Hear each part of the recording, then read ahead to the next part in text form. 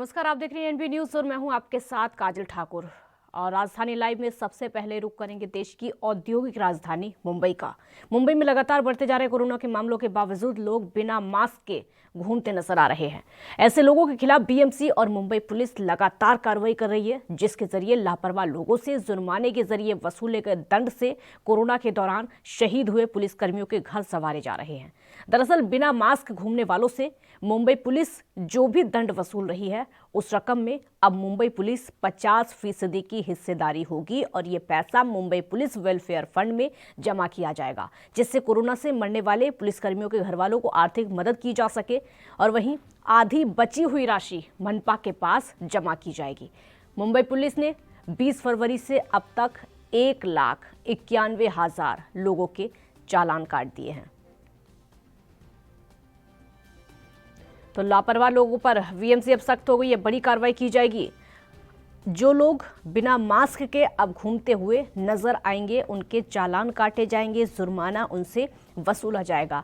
और जो जुर्माने की रकम होगी, जो उस दंड की रकम होगी, उसको कहां इस्तेमाल किया जाएगा वो आपको बता देते हैं। दरअसल कोरोना काल के दौरान जो पुलिसकर्मी शहीद हुए, उनके घर को संवारने में उस जुर्माने की रकम का प्रयोग किया जाएगा। ये बीएमसी की तरफ से बड़ी कार्रवाई की जा रही है और उन परिवारों सभी को बड़ी सहायता पुलिस की तरफ से। सड़कों पर लोग बिना मास्क के जो घूम रहे हैं, उनके लिए सख्त हिदायत है। इससे कई फायदे होने वाले हैं। पहली बात तो ये कि लोग मास्क पहनना शुरू करेंगे, कोरोना के प्रति लगातार जागरूक रहेंगे, क्योंकि उनको डर होगा कि अगर मास्क नहीं पहनेंगे तो चालान कर सकता है, जुर्माना भरना पड़ सकता है, जिसके चलते वो मास्क पहनना शुरू करेंगे और कोरोना से खुद को सुरक्षित रख पाएंगे। वहीं दूसरा फायदा ये होगा कि जो लोग मास्क नहीं पहनेंगे, जो लोग लापरवाही बरतेंगे, उनसे जुर्माना वसूला जाएगा और उस जुर्माने की रकम को घर संवारने में इस्तेमाल किया जाएगा उन पुलिसकर्मियों का जो कि शहीद हुए कोरोना काल के दौरान। क्योंकि कोरोना की वजह से जो फ्रंट लाइन वॉरियर्स, जिसमें डॉक्टर्स आते हैं, पुलिसकर्मी आते हैं और सफाई कर्मचारी आते हैं, बहुत पुलिसकर्मियों ने अपनी जान गंवाई, क्योंकि वो लगातार सड़क पर खड़े होकर लोगों को जागरूक करते रहे, कोरोना गाइडलाइंस को सिखाते रहे सड़कों पर खड़े होकर। उसके बावजूद वो कोरोना पॉजिटिव हो गए। तमाम पुलिस वाले हमारे देश में ऐसे जिन्होंने कोरोना की वजह से अपनी जान गंवाई, उनके परिवार की मदद ताकि हो सके, उनके घर को संवारा जा सके। अब ये बीएमसी की तरफ से नई पहल शुरू की गई है कोरोना काल के दौरान, ताकि लोग भी जागरूक हो जाएं और उन परिवारों की मदद हो सके, उन परिवारों को फ़ायदा पहुंचाया जा सके जिनके घर में अब उस घर की रखवाली करने वाले नहीं हैं, उस घर को संवारने वाले नहीं हैं, ताकि उनको फ़ायदा पहुंचाया जा सके।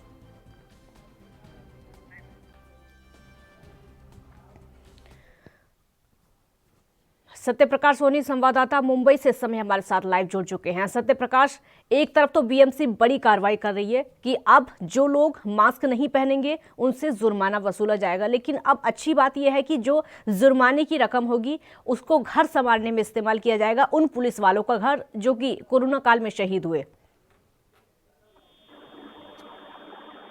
जी काजल, जिस तरह से मुंबई महाराष्ट्र में लगातार कोरोना पसर रहा है, उसको लेकर मुंबई पुलिस के अलावा बीएमसी जिस तरह से लगातार सक्रिय है। बीएमसी ने भी तमाम टीमें बनाई है। तो मुंबई पुलिस को भी यह आदेशित किया गया है कि आप भी कोरोना गाइडलाइन का पालन न करने वाले के ऊपर लगातार कार्रवाई करते रहिए। इसको लेकर बीएमसी मुंबई पुलिस लगातार कार्रवाई कर रही है। लेकिन जिस तरह से लगातार देखा जा रहा है कि बढ़ते हुए कोरोना के बीच में लोगों की लापरवाहियां कम नहीं हो रही है।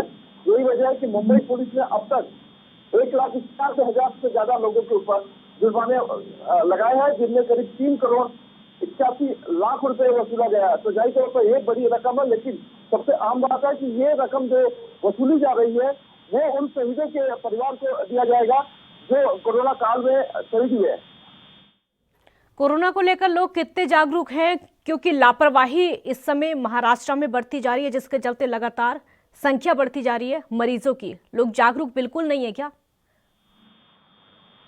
देखिए काजल, जिस तरह से लगातार महाराष्ट्र सरकार नई गाइडलाइन जारी कर रही है, उसको लेकर अब लोगों के मन में कहीं कहीं ये जहन में ये पैदा होता है कि आर्थिक स्थिति को ठीक करना बहुत जरूरी है।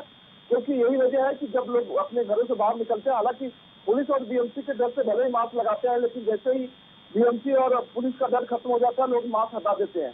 तो जाहिर तौर पर यह लापरवाही कहीं कहीं आने वाले समय में लोगों को भारी पड़ सकती है। यही वजह है कि लोग जो है चाहे ऑटो रिक्शा में सफर करते हैं या टैक्सी में सफर करते हैं या फिर ट्रेन में, देखा जाता है बड़ी संख्या में लोग मास्क नहीं पहनते हैं।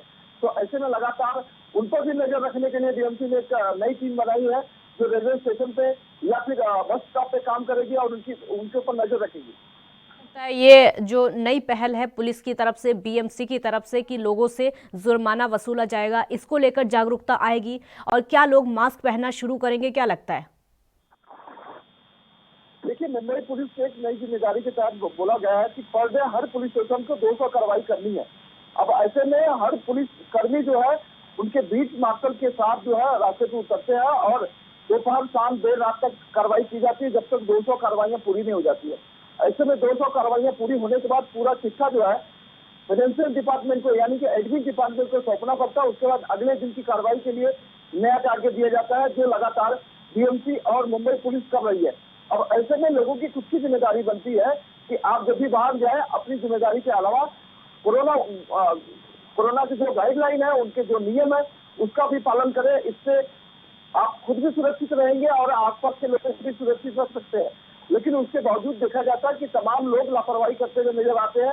ऐसे में बीएमसी लगातार कार्रवाई तो कर रही है। मुंबई पुलिस ने अपनी कार्रवाई के जो रेट है, जो 200 रुपया रखा गया था, उसको भी 500 रुपया करने का मन बना लिया। आने वाले समय में अगर इसी तरह की लापरवाही रही तो मुंबई पुलिस अब हर लोगों से 500 रुपया वसूलेगी। सत्य प्रकाश, एक और महत्वपूर्ण सवाल इस समय हो जाता है, क्योंकि हमारे देश में लगातार देखा जा रहा है सबसे बुरा हाल जो है इस समय महाराष्ट्र का है। वहां पर सबसे ज्यादा केसेस इस समय आ रहे हैं और सबसे ज्यादा जो कोरोना की वजह से मौत का आंकड़ा है वो भी महाराष्ट्र में बढ़ रहा है। लेकिन यहाँ पर सबसे बड़ी बात ये हो जाती है कि बाहर के जो लोग हैं वो महाराष्ट्र में अगर आए, वो मुंबई में अगर आ रहे हैं, तो क्या उनकी चेकिंग किस तरीके से हो रही है, चेकिंग हो भी रही है या फिर नहीं हो रही है, इसको लेकर महाराष्ट्र की सरकार क्या सख्त कदम उठा रही है, क्योंकि बहुत जरूरी हो जाता है? जी काजल, देखिए ये सबसे बड़ा अहम मुद्दा है। महाराष्ट्र सरकार इसको लेकर बेहद चिंतित भी है। इसीलिए महाराष्ट्र सरकार ने बाहर से आने वालों के लिए, चाहे वो बस स्टेशन हो या फिर रेलवे स्टेशन हो, वहां पर जो है एंटीजन टेस्ट करवाया जा रहा है, टेम्परेचर चेक करवाया जा रहा है। उसके बाद आप रेलवे प्लेटफॉर्म से बाहर जा सकते हैं। जैसा कि आपने पिछले दिनों भी देखा होगा कि लगातार जो है रेलवे स्टेशनों पर कार्रवाई की जा रही है जो भी वहां से आता है। ऐसे में सबसे अहम बात की जिस तरह से महाराष्ट्र सरकार ने एक नई गाइडलाइन जारी किया है कि जब आप मॉल या बिग बाजार में जाते हैं, वहां आपको प्राइवेट तरीके से एंटीजन टेस्ट करवाना होगा, जिसकी रकम करके 250 रुपया रखी गई है। अब ऐसे में जो लोग डेली रोजाना की तरह मॉल में जाते थे, उनका जाना कम हो गया है। लिहाजा अब 250 रुपया देने के बाद आप मॉल में जा सकते हैं। तो ऐसे में देखा जा रहा है कि जो भीड़ हुआ करती थी वो काफी कम हो गई। तो जाहिर तौर पर इस तरह की अगर गाइडलाइन महाराष्ट्र सरकार बाकी जगहों पर जारी करती है तो शायद कंट्रोल कुछ किया जा सके। इस समय कोरोना काल एक बार फिर से इसकी शुरुआत हो गई है और सबसे बड़ी बात यह है, जब भी कोरोना का नाम आता है तो दिमाग में एक चीज आती है, लॉकडाउन। महाराष्ट्र में हम देख रहे हैं कि नाइट कर्फ्यू लगा दिया गया है, लेकिन उसका असर कोई नहीं दिख रहा है। लगातार लोग बाहर निकल रहे हैं। अगर नाइट कर्फ्यू लगा भी है तो बावजूद इसके केसेस लगातार बढ़ते जा रहे हैं, मौत का आंकड़ा लगातार बढ़ता जा रहा है। क्या कर्फ्यू के अलावा लॉकडाउन को लेकर मुंबई में कोई चर्चा चल रही है? देखिए, महाराष्ट्र सरकार आए दिन ये कह रही है कि जिस तरह से हालात है उसको देखते हुए आने वाले समय में लॉकडाउन लगाया जा सकता है। लेकिन पिछले दिनों जिस तरह से महापौर ने कहा था, लॉकडाउन कोई विकल्प नहीं है। लोगों की अपनी जिम्मेदारियां बेहद जरूरी है, क्योंकि लोग खुद की अपनी जिम्मेदारी समझते हैं तो शायद लॉकडाउन न लगाना पड़े। लेकिन जिस तरह से हालात हो रहे हैं, आए दिन कोरोना मरीजों की संख्या बढ़ रही है, मुंबई में हालात 3000 के पार हो गए हैं। तो ऐसे में बेहद जरूरी है कि लोग अपनी जिम्मेदारी समझे और कोरोना गाइडलाइन का पालन करें। लेकिन जिस तरह से देखा जा रहा है, लोग नहीं मानते। यही वजह है कि लॉकडाउन लगाया जा सकता है। लेकिन महाराष्ट्र सरकार जिस तरह से 10 जिले में नाइट कर्फ्यू लगा दिया है, उसको लेकर भी कहीं कहीं आने वाले समय में मुंबई में भी लॉकडाउन लगाया जा सकता है, क्योंकि हालात बिल्कुल बिगड़ते जा रहे हैं।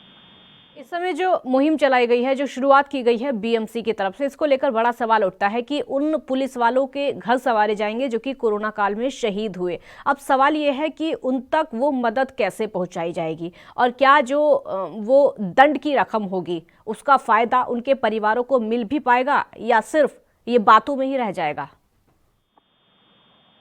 जी काजल देखिए, ये सबसे बड़ा अहम सवाल है, क्योंकि जिस तरह से लगातार बीएमसी के और मुंबई पुलिस के कर्मचारी कोरोना काल में अपनी ड्यूटी दे रहे थे, उस दौरान कई पुलिसकर्मियों की मौत हो गई थी। इस दौरान महाराष्ट्र सरकार ने हर परिवार के लोगों को 50 लाख का मुआवजा देने की घोषणा की थी, लेकिन इस दौरान देखा गया कि काफी लोग अभी भी इससे वंचित है। लेकिन जिस तरह से अब एक नई गाइडलाइन की तरह ये भी बताया गया कि दूसरा जो कोरोना की स्ट्रेन आई है, उसमें जिस तरह से लोगों से लापरवाही के चलते जो पैसे वसूले जा रहे हैं, उसका 50% जो है मुंबई पुलिस के उस जवानों को दिया जाएगा जो कोरोना काल में शहीद हो गए थे, उनके परिवार को वेलफेयर फंड के तौर पर दिया जाएगा। वही 50% जो फंड बीएमसी लेगी वो मुंबई की इंफ्रास्ट्रक्चर को डेवलप करने के लिए उपयोग में लाएगी। अब ऐसे में जिस तरह से ये सवाल बनता है कि मुंबई पुलिस को क्या 50% दिया जाएगा और किस पद्धति के तहत दिया जाएगा। जिस तरह से महाराष्ट्र सरकार ने पहले कहा था 50 लाख रुपए उनको दिया जाएंगे, तो क्या यह राशि 50 लाख के बावजूद होगी या फिर उसी में समावेश करके उनको दिया जाएगा? तो जाहिर तौर पर ये आने वाले समय में जरूर देखने वाली बात है। फिलहाल जिस तरह से महाराष्ट्र सरकार ने घोषणा की है कि 50% जो राशि बीएमसी मुंबई पुलिस के तमाम सहित जवानों को दी जाएगी, लेकिन अब तक इस तरह की कोई मौत नहीं हुई है, अब तक इस तरह के कोई आंकड़े नहीं है जिससे देखा जाए कि महाराष्ट्र सरकार ने जो गाइडलाइन या जो नियम बनाए थे वो पालन हो पा रहे हैं या नहीं। लेकिन आने वाले समय में जरूर इस पर ध्यान दिया जाएगा। ठीक है, बहुत शुक्रिया आपका इस पूरी जानकारी के लिए। तो जुर्माने की जो रकम है उन पुलिस वालों के घर को संवारने में उसका इस्तेमाल किया जाएगा जो कि शहीद हुए थे कोरोना काल में। अब अगली दूसरी बड़ी खबर आपको बताते हैं जो कि देश की राजधानी दिल्ली से जुड़ी है। राजधानी दिल्ली में लगातार कोरोना के मामले बढ़ते जा रहे हैं और इसका असर टीकाकरण अभियान पर भी दिख रहा है। 21 दिन में 3,25,000 लोग टीका लगवा चुके हैं। एक सप्ताह से रोजाना औसतन 3,000 लोग टीका लगवा रहे हैं। हालांकि ये अभी भी लक्ष्य से काफी कम है। विशेषज्ञों का कहना है कि टीकाकरण की प्रक्रिया को सरल बनाने के साथ साथ लोगों को जागरूक करने की जरूरत है। दिल्ली में 16 जनवरी से शुरू हुए टीकाकरण अभियान से अभी तक 8 लाख से ज्यादा लोगों को वैक्सीन की खुराक लगाई जा चुकी है। कुल 2.78 लाख स्वास्थ्य कर्मचारियों ने टीके के लिए पंजीकरण कराया था। इनमें से अभी तक 1,96,000 को वैक्सीन लगी है और वहीं 4.5 लाख अग्रिम मोर्चे पर तैनात कर्मचारियों में से 2,71,000 को वैक्सीन लगी है और उसके अलावा 45 साल से ज्यादा उम्र के भी 43,000 लोगों को कोरोना का टीका लग सका है, जबकि इनकी संख्या तकरीबन 3 लाख है। और इस लिहाज से अगर देखें तो लक्ष्य के हिसाब से टीकाकरण नहीं हो पा रहा है। एम्स के डॉक्टर विजय गुर्जर का कहना है कि कुछ सप्ताह से दिल्ली में टीकाकरण की रफ्तार बढ़ी है। वैक्सीन लगवाने के लिए पंजीकरण कराने की जो प्रक्रिया है उसको थोड़ा सा सरल बनाने की जरूरत है। तकनीकी परेशानियों की वजह से कई लोग टीका लगवाने के लिए ऑनलाइन पंजीकरण नहीं करा पाते हैं। ऐसे में वो वैक्सीन भी नहीं लगवा पा रहे हैं। लेकिन वहीं बुजुर्गों में टीकाकरण को लेकर काफी उत्साह दिखाई दे रहा है। 21 दिन में तकरीबन 3 लाख बुजुर्ग वैक्सीन ले चुके हैं और अभी तक हुए कुल वैक्सीनेशन में 32% बुजुर्ग ही हैं।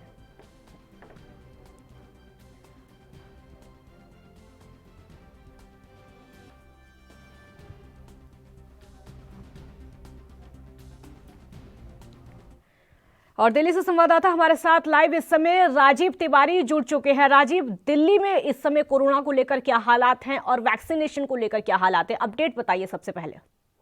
देखिए, बिगड़ है जिस तरीके से पूरे देश के अंदर क्या कोरोना की जो स्थिति है वो बिल्कुल बिगड़ती नजर आ रही है। मगर बात करें दिल्ली की, तो दिल्ली के अंदर भी कहीं ना कहीं लापरवाही जरूर देखने को मिल रही है और जिसकी वजह से अभी तक दिल्ली के अंदर केस बढ़ते नजर आ रहे हैं। मगर बात करें जो 24 घंटे की, तो 24 घंटे के अंदर लगभग 800 से ज्यादा केस नजर आ रहे हैं और कहीं ना कहीं दिल्ली सरकार जो है और केंद्र सरकार दोनों ही जनता को जागरूक करने की कोशिश कर रही है। क्योंकि जिस तरीके से टीकाकरण की बात है तो टीकाकरण भी कहीं ना कहीं लोगों के लिए करवाया जा रहा है और यहाँ तक कि इसके अंदर 45 साल से जो ऊपर के लोग हैं उनके लिए भी टीकाकरण की प्रक्रिया बिल्कुल खोल दी गई है। मगर जिस तरीके से बात करें जनता की, तो जनता कहीं ना कहीं जिस तरीके से लापरवाही कर रही है या फिर क्या सोशल डिस्टेंसिंग या मास्क का यूज नहीं कर रही है, उससे कहीं ना कहीं सरकार को बड़ी दिक्कतें आ रही है और कहीं ना कहीं जो कोरोना की स्थिति है वो बढ़ती नजर आ रही है। उसको मद्देनजर कंट्रोल करने के लिए जनता का जागरूक होना बहुत जरूरी है और कहीं ना कहीं जनता का सहयोग भी मिलना बहुत जरूरी है। मगर जिस तरीके से जनता लापरवाही कर रही है उससे साफ जाहिर है आने वाले दिनों के अंदर और ज्यादा स्थिति बिगड़ सकती है दिल्ली के अंदर। जी, वैक्सीन की जागरूकता को लेकर तमाम सवाल ऐसे हैं जो कि खड़े हो जाते हैं। भले ही वैक्सीन आ गई है लेकिन अभी भी लोगों में जागरूकता की कमी है।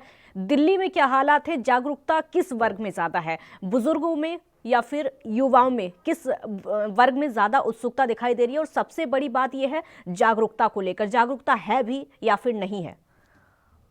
देखिए, बिल्कुल बात करें जिस तरीके से वैक्सीनेशन के टीकाकरण की, तो बिल्कुल वैक्सीनेशन का टीकाकरण किया जा रहा है। यहाँ तक कि 45 साल के जो ऊपर के लोग हैं, हम्म। अब उनको भी टीका मिलेगा। यानी कि पहले रजिस्ट्रेशन किया जा रहा था, मगर अब उनको भी कहीं ना कहीं टीका मिलता नजर आएगा। मगर जिस तरीके से जागरूकता की या फिर कहें युवाओं के अंदर कमी, तो यानी कि युवाओं के अंदर बिल्कुल कमी है, क्योंकि युवा शायद यही समझ रहे हैं कि अभी जो वायरस है वो इतना बड़ा नहीं है जितनी उनको मीडिया के माध्यम से या फिर कहें सोशल मीडिया के माध्यम से या फिर कहें सरकार के माध्यम से लोगों को भ्रम किया जा रहा था। मगर कहीं ना कहीं जो बुजुर्ग लोगों की बात करें, जो 60 साल के ऊपर के लोग हैं, उनको बिल्कुल कहीं ना कहीं चिंता हो रही है, और कहीं ना कहीं वो टीकाकरण के लिए सबसे ज्यादा पहल भी करते नजर आ रहे हैं। क्योंकि जिन लोगों को चलने फिरने में भी दिक्कत है, वो भी कहीं ना कहीं अपना रजिस्ट्रेशन कराने आते हैं, और कहीं ना कहीं कोशिश की जाती है कि उनको भी टीकाकरण मिले, और वो कहीं ना कहीं युवाओं को जागरूक करते हुए भी नजर आ रहे हैं। मगर जिस तरीके से जो युवाओं की तरफ से लापरवाही नजर आ रही है, या फिर कहें ये चुनाव प्रचार के अंदर या फिर कहें और जगहों पर इस तरीके की लापरवाही नजर आई थी, उससे कहीं ना कहीं जनता के ऊपर बिल्कुल फर्क पड़ा है, और जनता कहीं ना कहीं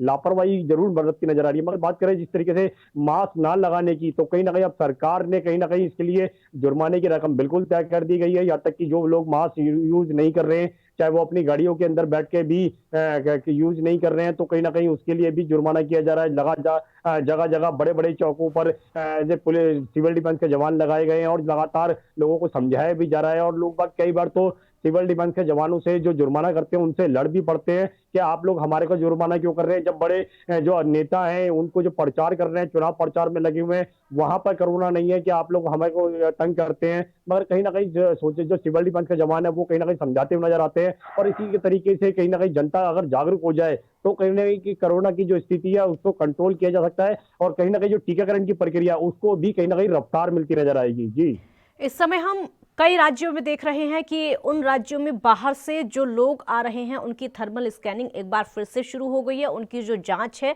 राज्य में प्रवेश करने से पहले एक बार फिर से शुरू हो गई है। देश की राजधानी में कुछ ऐसा दिखाई दे रहा है, सावधानी बरतते हुए क्या सरकार दिखाई दे रही है, या फिर सिर्फ और सिर्फ जैसे लोग लापरवाह वैसी सरकार लापरवाह? देखिए, यहाँ पर एक चीज समझनी होगी, सरकार की तरफ से बिल्कुल गाइडलाइन है। यहाँ तक कि कोरोना की जो गाइडलाइन है वो बिल्कुल फॉलो करने के लिए बड़े नेताओं ने या फिर कहे मुख्यमंत्री ने बिल्कुल ऑर्डर दिए हुए हैं, आदेश दिए हुए हैं। मगर जिस तरीके से बात करें जनता की लापरवाही की, जो जनता बिल्कुल लापरवाह है, और कहीं ना कहीं उसी की वजह से कहीं ना कहीं जो कोरोना की रफ्तार है वो बढ़ती नजर आ रही है। मगर बात करें गाइडलाइन को फॉलो कराने की, तो फॉलो कराने के लिए भी कहीं ना कहीं लापरवाही की जा रही है। क्योंकि जिस तरीके से बात करें, पहले कहा गया था कि बॉर्डर पर जब अगर बाहर से लोग आएंगे तो उनका थर्मल स्कैनिंग होगा, उनकी रिपोर्ट होनी चाहिए पॉजिटिव, अगर नेगेटिव होती है तो नेगेटिव को अंदर प्रवेश करने दिया जाएगा, पॉजिटिव को प्रवेश नहीं करने दिया जाएगा दिल्ली के अंदर। मगर अभी कहीं ना कहीं इसके अंदर लापरवाही जरूर है, जिसकी वजह से लगातार दिल्ली से बाहर के लोग जो आने वाले हैं वो कहीं ना कहीं दिल्ली के अंदर प्रवेश कर रहे हैं, और कहीं ना कहीं जो रफ्तार है कोरोना की वो बढ़ती नजर आ रही है। मगर कहीं ना कहीं इसके अंदर दोनों तरफों से लापरवाही है, क्योंकि सरकार ने गाइडलाइन तो बना दी, मगर गाइडलाइन को फॉलो कराने के लिए जो कड़े कदम होने चाहिए थे उसमें कहीं ना कहीं लापरवाही है, और जनता तो वैसे ही लापरवाही बरत रही है। तो कहीं ना कहीं दोनों तरफ से अगर सख्ती बरती जाए,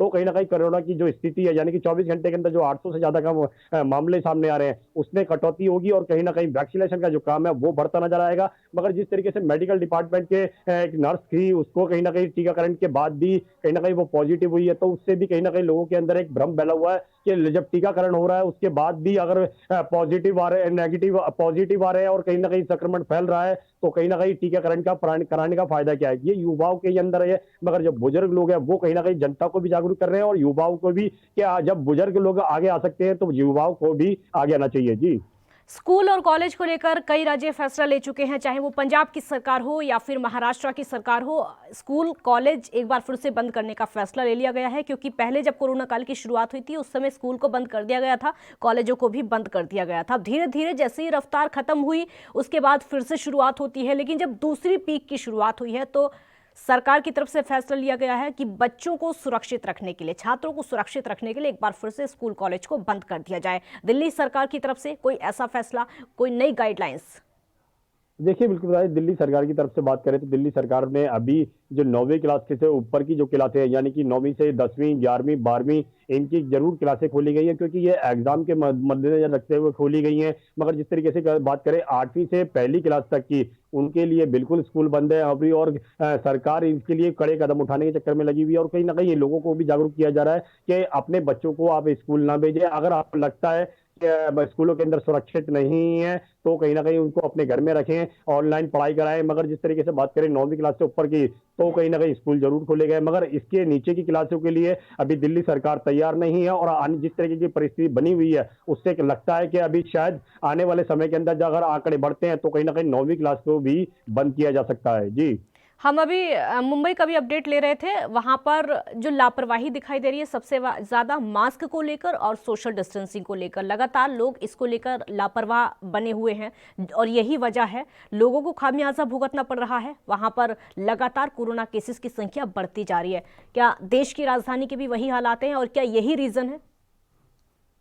देखिए, बिल्कुल बात करें दिल्ली की बात करें या फिर मुंबई की बात करें या और राज्यों की बात करें, सबसे ज्यादा जनता की तरफ से लापरवाही देखने को मिली है। क्योंकि जिस तरीके से कह सकते हैं कि सोशल डिस्टेंसिंग का पालन नहीं किया, क्योंकि बाजारों के अंदर लगातार भीड़ है तो सोशल डिस्टेंसिंग का बिल्कुल पालन नहीं किया जा रहा। बात करें मास्क की, तो मास्क के लिए कहीं ना कहीं लोग बाग जागरूक जरूर थे, क्योंकि अगर 2,000 रुपए का जुर्माना था तो उसकी डर की वजह से भी कहीं ना कहीं जनता बिल्कुल कहीं ना कहीं अपने आप को बचाव करने की कोशिश कर रही। मगर जैसे ही सरकार ने जुर्माने की रकम को हटाई तो कहीं ना कहीं लोगों ने मास्क भी हटा दिया और कहीं ना कहीं जो वायरस का खतरा था बिल्कुल बढ़ता नजर आया। वही परिस्थिति दिल्ली के अंदर भी है, क्योंकि अगर मास्क का जो ना लगाना कहीं ना कहीं जनता के लिए यही सोच रहे हैं कि वो भी कि जिस तरीके से बड़े लोगों को नहीं हो रहा तो मास्क लगाने से हमें क्या फायदा है और हमें भी कुछ नहीं होगा। तो कहीं ना कहीं जिस तरीके से बात करें सोशल डिस्टेंसिंग, बाजारों के अंदर बिल्कुल सख्ताई नहीं बरती जा रही है, क्योंकि जिस तरीके से सरकार की गाइडलाइन है कि बाजारों के अंदर सोशल डिस्टेंसिंग होना चाहिए, मगर सोशल डिस्टेंसिंग बिल्कुल भी नहीं है। और इसी के वजह से कहीं ना कहीं जो कोरोना की रफ्तार है उसके अंदर भी इजाफा होता नजर आ रहा है। मगर जनता को समझना होगा, चाहे बेशक को जुर्माने की रकम की डर की वजह से हो या फिर कहे अपने आप को बचाने के लिए हो, मास्क और सैनिटाइजर और सोशल डिस्टेंसिंग बहुत जरूरी है, क्योंकि अभी खतरा टला नहीं ठीक है। है। इसके लिए कहीं ना कहीं सरकार को और जनता को दोनों को मिलकर काम करना होगा। अगर खाली हम सरकार के ऊपर जिम्मेवारी छोड़े या फिर कहे जनता के ऊपर छोड़े तो कहीं ना कहीं इसकी रफ्तार बिल्कुल बढ़ती रहेगी। बिल्कुल अगर मगर दोनों ही मिलकर चलेंगे तो कहीं ना कहीं रफ्तार बिल्कुल थमती नजर आएगी। बिल्कुल। शुक्रिया राजीव आपका इस पूरी जानकारी के लिए। तो सरकार को भी जागरूक होना पड़ेगा और जनता को भी जागरूक होना पड़ेगा, उसी के बाद कोरोना को हराया जा सकता है। तीसरी बड़ी खबर आपको बताते हैं। हरियाणा के मुख्यमंत्री मनोहर लाल ने कहा कि 1 अप्रैल 2021 से शुरू होने वाली रबी सीजन 2021-22 के दौरान किसानों को किए जाने भुगतान में किसी प्रकार की देरी नहीं होनी चाहिए। अगर भुगतान में देरी होती है तो लगभग 9% ब्याज के साथ भुगतान किया जाएगा। ये भुगतान किसानों के सत्यापित बैंक खातों में सीधे किया जाएगा। मुख्यमंत्री ने आगामी खरीद सीजन की तैयारियों के संबंध में समीक्षा बैठक ली और बैठक में उप मुख्यमंत्री दुष्यंत चौटाला भी मौजूद रहे। सीएम ने कहा कि किसानों को एक निर्धारित समय अवधि के भीतर खरीदी गई उपज का भुगतान किया जाना सुनिश्चित किया जाए। भुगतान में देरी को बर्दाश्त नहीं किया जाएगा।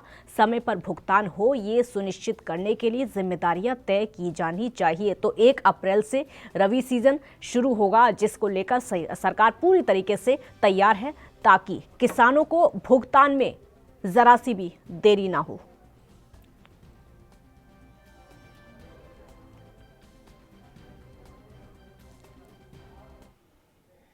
अभिषेक हमारे साथ संवाददाता ज्यादा जानकारी के लिए इस समय जुड़ चुके हैं। अभिषेक, हरियाणा सरकार की तरफ से बड़ा फैसला लिया गया है, जो रबी सीजन शुरू होने वाला है 1 अप्रैल से, किसानों को फायदा होगा और किस तरीके से इसकी शुरुआत की जा रही है?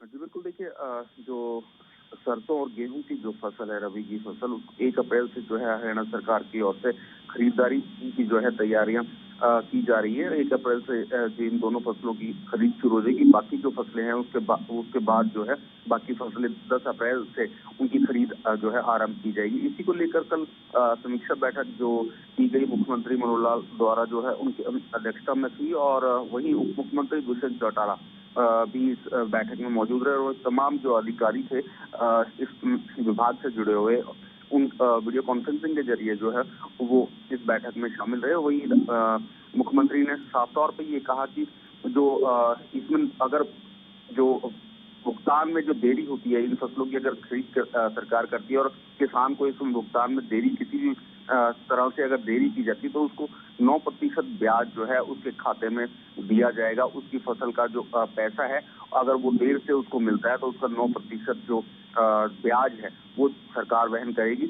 और जो बैंक दर का जो 9% ब्याज किसान को सरकार की ओर से भुगतान किया जाएगा और सुनिश्चित किया गया कि किसी तरह जो किसानों को अपनी फसल बेचने में दिक्कत ना आए और पूरी किसानों को सुविधा मिले। और कोविड को देखते हुए जो एसओपी है वो जारी रहेगी। और इस बार जो है मंडियां पिछली बार की तरह, क्योंकि पिछला साल भी जो था वो कोविड का साल के तौर पे देखा गया, तो अब भी जो है कोविड एक बार दोबारा से फिर फैल रहा है, तो उसको देखते हुए मंडियों की जो है संख्या वो पिछली बार की तरह बढ़ाई जाएंगी।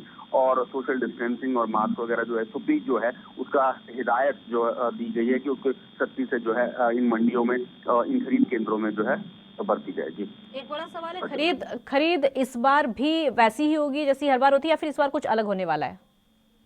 बिल्कुल, देखिए खरीदार जैसे फसल हमेशा जिस तरह से खरीदी जाती है उसी तरह से खरीदी जाएगी, लेकिन इसमें जो है कोविड को देखते हुए जो मंडियों की जो संख्या है उसमें जरूर इजाफा होगा। पिछली बार भी जो है मंडियों में की संख्या में इजाफा किया गया था, क्योंकि ताकि जो सोशल डिस्टेंसिंग है उसका पालन किया जा सके, भारी भीड़ जो है एक ही मंडी में इकट्ठी ना हो, तो इसलिए जो है एक ही जिले में काफी संख्या में जो है मंडियां, अस्थायी जो मंडी है उनको सुनिश्चित किया जाएगा, उनमें जो है खरीदारी शुरू की जाएगी, क्योंकि कोविड जो है उसकी गाइडलाइंस है, जो एसओपी है उसका पालन किया जा सके और जो कोरोना है वो ना फैले। इसके जो तमाम जो प्रबंध है सरकार की ओर से किए जाएंगे। और पूरा जो सबसे बड़ा जो बड़ी बात जो इस बैठक में फैसला लिया गया है वो 9% ब्याज जो है, अगर किसान की फसल का जो भुगतान लेट होता है तो सरकार उसको ब्याज देगी। 9% जो ब्याज है उसके मूल्य का वो किसानों